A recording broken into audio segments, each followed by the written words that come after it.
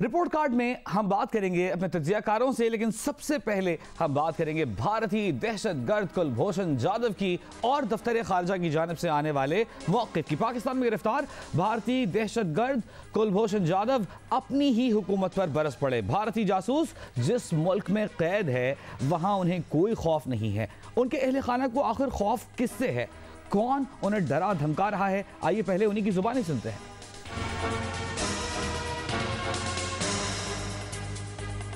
I saw fear in the eyes of my mother and my wife.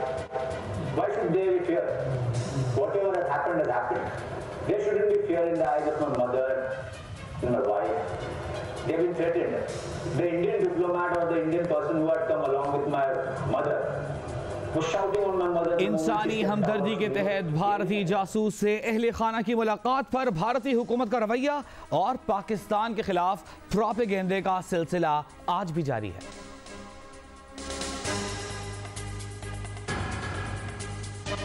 22 महीने बाद एक माँ की अपने बेटे से और एक पत्नी की अपने पति से होने वाली भाव भरी भेंट को पाकिस्तान ने एक प्रोपेगेंडा के हथियार के रूप में इस्तेमाल किया। मुलाकात से लौटने के बाद उनकी माँ और पत्नी ने मुझे बताया कि श्री कुलभूषण जाधव काफी तनाव में दिख रहे थे और ऐसा लग रहा। भारतीय जासूस से अहले खाना की मुस्तकबिल में मुलाकात पर पाकिस्तान का मौक़िफ़ बिल्कुल वाज़ेह है।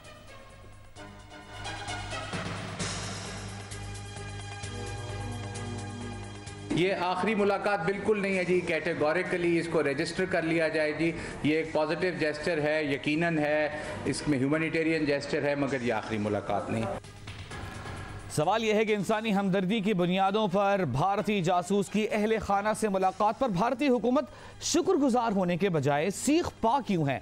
कुलभूषण जाधव के बयान से साफ जाहिर है कि उनके अहले खाना को खतरा है पाकिस्तान से नहीं बल्कि भारतीय हुकूमत से। मालूम होते हुए भी कि भारतीय प्रोपेगेंडा खत्म नहीं होगा, क्या भारतीय जासूस के अहले खाना को मजीद मुलाकातों की इजाज़त देनी चाहिए? यही है हमारा आज का सवाल और इस पर अपने पैनलिस्ट से राय लेंगे। हमारे साथ मौजूद होंगे शहजाद चौधरी साहब, मदर अब्बास साहब, इम्तियाज़ आलम साहब हमें ज्वाइन करेंगे, हफीजुल्लाह नियाज़ी साहब और रिशाद भट्टी साहब। आप तमाम पैनलिस्ट का बहुत शुक्रिया। सबसे पहले शहजाद चौधरी साहब, आपकी जानिब आते हैं। कुलभूषण जाधव का ये कहना है कि मेरे अहले खाना को धमकियां दी गई सिफारतकार की जानिब से, मैंने अपनी वालदा और अहलिया की आंखों में खौफ देखा है। इस सब के बावजूद पाकिस्तानी दफ्तर खारजा का मौक़िफ़ यह है कि यह आखिरी मुलाकात नहीं है, आइंदा भी मुलाकातें होंगी। दूसरी जानिब भारतीय प्रोपेगेंडा है।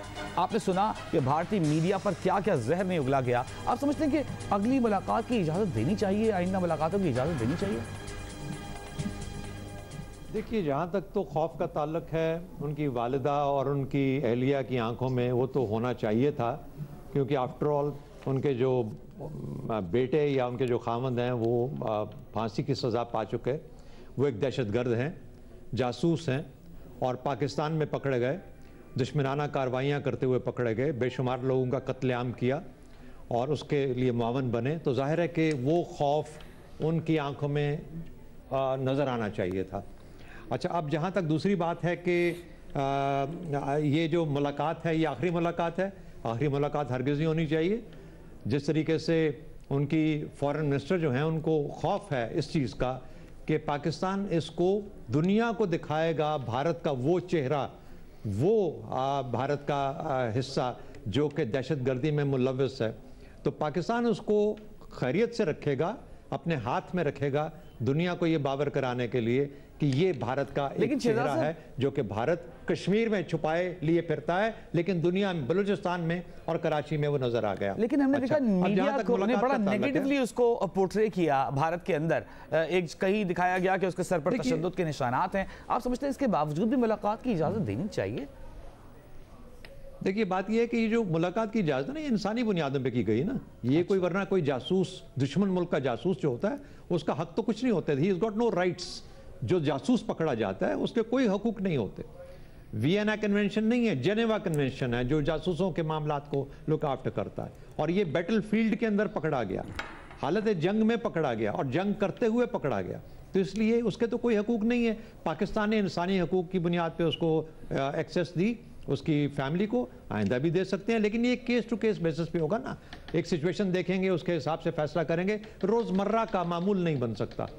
आप जासूस के लिए बिस्तर नहीं लगा सकते, उसके लिए हालात वो क्रिएट नहीं कर सकते जैसे उसको घर में मिलेंगे। जासूस और दुश्मन का जासूस वही होगा जो वो है, और उसको उसी तरीके से ट्रीट करना पड़ेगा। फांसी याफ्ता है, इसलिए उसको इंतज़ार करना पड़ेगा उस वक्त का जब वो अपनी सज़ा पाता है, लेकिन मेरा ख्याल है पाकिस्तान उसमें बहुत जल्दी नहीं करेगा। मुलाकात आइंदा होनी चाहिए, लेकिन ज़रा तवक्कुफ के बाद। ठीक है, यानी कि आप हाँ का ऑप्शन ले रहे हैं। भारत से बेहतरी की तवक्को मत कीजिए इस चीज़ के ऊपर, कभी मत कीजिए। ठीक है, हफीजुल नियाज़ी साहब ने हमें ज्वाइन किया। हफीजुल नियाज़ी साहब, आपकी जाने बातें, आप समझते हैं कि जो कुछ भारतीय प्रोपेगेंडा हमने देखा पिछले 15-20 दिनों में, और जिस तरह का रवैया भारत की जानिब से देखने में आया, उसके बावजूद भी मुलाकात की इजाज़त देनी चाहिए? मेरे ख्याल में वजी साहब, पाकिस्तान ने इस मुलाकात से जितनी तवक्कुआत रखी थी, या अगर कोई उसके अंदर एक लम्हा फिक्रिया या कोई फिक्र आता था, तो जो इस मुलाकात के बाद जितना फायदा पाकिस्तान को हुआ है, मेरा नहीं ख्याल कि हमारे जो फॉरेन ऑफिस या सिक्योरिटी इदारे हैं उनके वहमों को मान होगा। ये तो एक बात।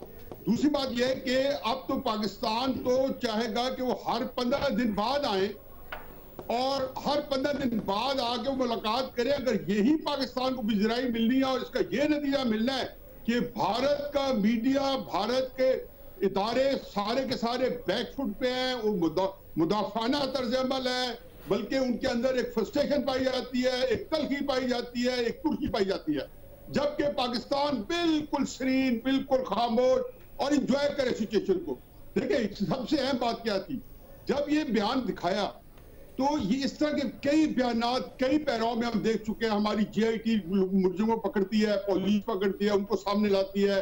इस तरह दुनिया के कई चैनल्स पे लाया जाता है, जहां पे वो जिसको कहना चाहिए कि इकबाली जुर्म होते हैं या बयानात होते हैं। कलभूषण की बॉडी लैंग्वेज अमेजिंग, इतनी नॉर्मल, इतनी या तो कमाल का कोई बंदा है, लेकिन अगर चूंकि एक ह्यूमन बीइंग है तो उसके अंदर एक इत्मीनान था, और इसलिए मुझे उसे जो बातें कही, मुझसे उसे सच्चाई झूठी नजर आती है। मुझे लगता था वो दिल से बातें करता, वो भारतीय रवैये से फ्रस्ट्रेटेड था। और यानी आप हाँ का ऑप्शन ले रहे हैं नियाज़ी साहब? नहीं, मैं तो कहता हूँ बार देनी चाहिए, अच्छा, 15 दिन बाद देनी चाहिए। और ये पाकिस्तान के बैनुल-अक़वामी सतह पे भी, अच्छा, वो ये कह रहा है कि मैं भारतीय बहरिया का कमीशन्ड ऑफिसर हूँ, अभी भी हाजिर सर्विस हूँ, भारत मुझे तस्लीम क्यों नहीं कर रहा? ये क्यों नहीं कर, उससे भारत को इतना एम्बैरेस कर दिया आज कि जब चंद हफ्ते बाद जब केस बैनुल-अक़वामी अदालत में आ रहा है, तो ये यकीन आने के भारत इसका कैसे दिफा करेगा और फिर उसकी बातों का कैसे दिफा करेगा।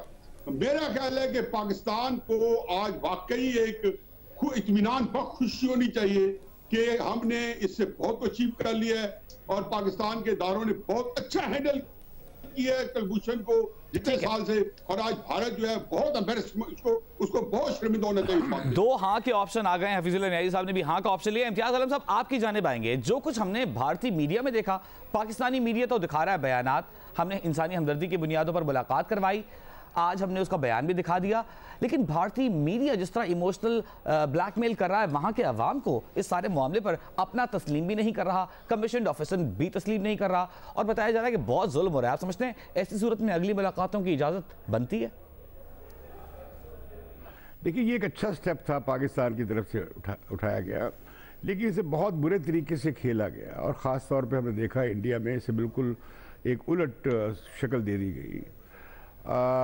तो जो नताइज इससे निकलने चाहिए थे, जो फिज़ा बननी चाहिए थी बदकिस्मती से, वो बन नहीं पाई, और लिहाजा ये हरबा जो था मुलाकात का कि इससे कुछ फिज़ा में बेहतरी लाई जाएगी, गालिबन ये कारगर नहीं हुआ। दूसरी बात ये कि ये जो कौमी सलामती की बशीर की मुलाकात के बाद कुछ इक़दाम किए गए हैं, कुछ बैंड ऑर्गेनाइजेशंस के ख़िलाफ़, यानी कालअज़म तंजीमों के ख़िलाफ़ कार्रवाई की गई है, जो कि अरसे से एक एजेंडे पे थी, पहले भी की गई थी कुछ कार्रवाइयाँ, वो भी मुझे लगता है कि बैक चैनल ही का हिस्सा है।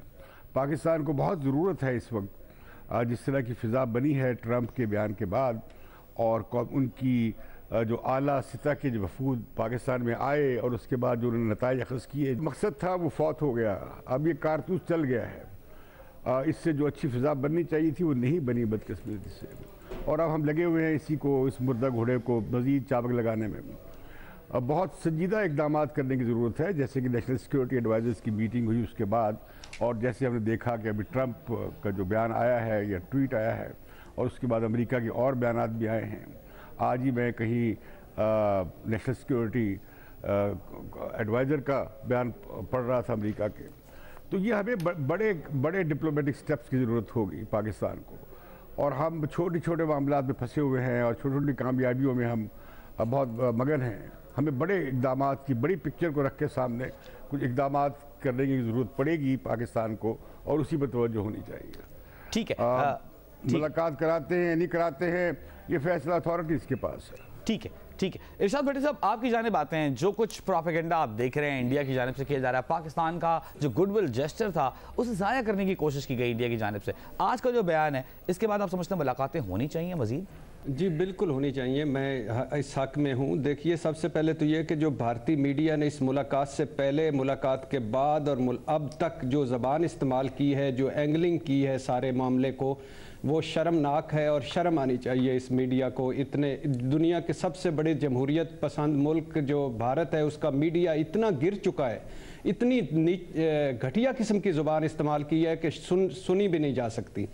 दूसरी बात है कि भारतीय रहनुमाओं और भारतीय हुकूमत ने जो तर्ज़ अमल अपनाया है वो उससे ज़्यादा शर्मनाक है। यानी आपको शर्म आनी चाहिए। अपने मुल्क में देखें, अपने मुल्क में अक़लियतों को देखें, अपने मुल्क में गाय पे मुकद्दस है, इंसान सस्ता है, क्या हाल हो गया है, कितनी लड़ाइयाँ लड़ चुके हो, किन चक्रों में पड़े हुए हो, कि क्या करना क्या चाहते हो। बहुत शर्मनाक बात है। जो वहाँ के बड़े सीनियर एंकर्स हैं उनकी ज़ुबान सुनने के काबिल नहीं थी, वो उनकी अपनी फैमिली नहीं सुन सकती, ऐसी ज़बान वो इस्तेमाल कर रहे थे। लेकिन बात यह है कि पाकिस्तान नरेंद्र मोदी का पाकिस्तान नहीं है, हम जुनूनी नहीं हैं, हम अमन पसंद लोग हैं। हमें अमन को चांस देना चाहिए, और अमन के लिए आखिरी जो होनी चाहिए, हमारी जो आखिरी चॉइस या चांस या आखिरी हद, वो जंग होनी चाहिए। और उससे पहले तमाम तर वो कोशिशें करनी चाहिए कि जिसमें हमारा अच्छा इमेज जाए। और भारत हमसाया मुल्क है, ये बदकिस्मती है या बदनसीबी है, या मैं तो इसको बदनसीबी कहता हूँ, लेकिन हमसाया नहीं बदला करते। हमें भारत के साथ इसी खित्ते में रहना है, इस खित्ते में भारत को इंगेज रखना चाहिए, अफ़गानिस्तान को इंगेज रखना चाहिए, ईरान और चीन को अपने साथ, अपने दोस्तों को ढाल बनाना चाहिए। और दूसरी सबसे बड़ी बात है कि जब शहर के सबसे बड़े गुंडे या दहशतगर्द से या सबसे बड़े बदमाश से आपका कोई मामलात ख़राब हो, तो अपने मोहल्ले में कम से कम सुकून रखना चाहिए। इसलिए इंगेज रखना चाहिए और ये करवाते रहना चाहिए। वो जनूनी लोग हैं, वो उनको छोड़े, उनकी वही ज़ुबान है, उनका वही तर्ज अमल है, हमारा अपना अच्छा होना चाहिए। आपका ऑप्शन आ गया, हम चलेंगे मदर अब्बास साहब आपकी जानिब। हमें भारत की जानिब से एक्नॉलेजमेंट नजर नहीं आई। पाकिस्तान ने जो मुस्बत कदम उठाया उसे भारत की जानिब से वैसे वेलकम नहीं किया गया। आप समझते हैं इसके बावजूद भी मुलाकातें होनी चाहिए? आप भी हाँ का ऑप्शन लेंगे? इसीलिए हाँ का ऑप्शन लूँगा क्योंकि भारत का इस तरह का रद्द-ए-अमल सामने आया। अगर इस तरह का रद्द-ए-अमल सामने नहीं आता, वहाँ खुशियों के शादियाने बजाए जाते, वहाँ मीडिया आपके लिए बड़ी तारीफ़ें कर रहा होता, तो फिर तशवीश हो जाती है। जो रिएक्शन आया है वो टिपिकल बीजेपी रिएक्शन है। ये भारत का media bye and large BJP media बन चुका है और उसका सारा रिटॉरिक जो है वो यही इसी पर बेस करता है, तो वो कभी भी वेलकम नहीं करते। और आइंदा भी अगर आपने इजाज़त दी तो मुझे खदशा है कि उस तरफ से हाँ नहीं आएगी। मुझे इसलिए आपको इसीलिए मुलाकात की इजाज़त देनी चाहिए, ओपन ऑप्शन रखना चाहिए। अगर उनकी फैमिली मुलाकात करना चाहेगी तो मोस्ट वेलकम। ज़ाहिर है आपकी तरफ से तो ये नहीं होगा कि आ जाएँ, अगले हफ्ते आ जाएँ मिलने। उनकी तरफ से दरख्वास्त आएगी तो आपको उस दरख्वास्त में ताख़ीर नहीं करनी चाहिए। लेकिन भारत के मीडिया का, भारत की हुकूमत का, भारत की सियासी जमातों का यही रवैया रहेगा क्योंकि उनका पूरा पॉलिटिकल नैरेटिव अब ये बन गया है। वो इस चीज़ को जिस अंदाज में देख रहे हैं, हालांकि बहुत से वहाँ राइटर्स ने ये लिखा है कि हम अपने कैदियों के साथ, अपनियाँ जो कैदी हैं उनके साथ क्या इस तरह मुलाकातें करवाते हैं, क्या इस तरीके से हमारा अपना रवैया क्या है। अभी डॉन में पिछले दिनों जावेद नकवी ने जो न्यू दिल्ली से कॉलम लिखा, उन्होंने भी इसी चीज़ की तरफ निशानदेही की कि जब हम दूसरे पे ये उंगलियां उठा रहे हैं कि जी उन्होंने ये नहीं किया, ये इक़दाम नहीं किए, तो हमने क्या किया है उस हवाले से। तो मेरा ख्याल है कि बिल्कुल पाकिस्तान को बिल्कुल ओपन रहना चाहिए, उसके कॉन्सिक्वेंसेस कुछ भी हों, क्योंकि ये एक गुडविल जेस्चर है, इससे ह्यूमैनिटेरियन जेस्चर है। इस जेस्चर को ख़त्म नहीं होना चाहिए। अगर उनकी वालदा, उनकी अहलिया की तरफ से कोई दरख्वास्त आए तो बिल्कुल इसको वेलकम करना चाहिए। और जिस तरह पिछली मरतबा भी उनके मीडिया को दावत दी गई थी, इस मरतबा भी उनके मीडिया को दावत देनी चाहिए कि आएँ और देखें। हम जिस तरीके से मुलाकात करवाते हैं वो अंदाज़ वही है जो शायद दुनिया में बहुत से स्पाइस का अंदाज़ ये नहीं है। बहुत से स्पाइस की इस तरह मुलाकात उनकी फैमिली से नहीं करवाई जाती स्पाई की। तो मेरा ख्याल है कि हमें बिल्कुल भी इस सिलसिले में कोई रुकावट नहीं डालनी चाहिए। ठीक है, हमारे पास ऑप्शन आए हमारे पैनलिस्ट की जानिब से 4 हाँ हमारी जानिब से आए हैं और एक हमारे पास ऑप्शन नहीं लिया गया। तो बात बड़ी वाज़ेह है कि आइंदा भी ये मुलाकातें होनी चाहिए और पाकिस्तान को इससे फ़ायदा हासिल हुआ।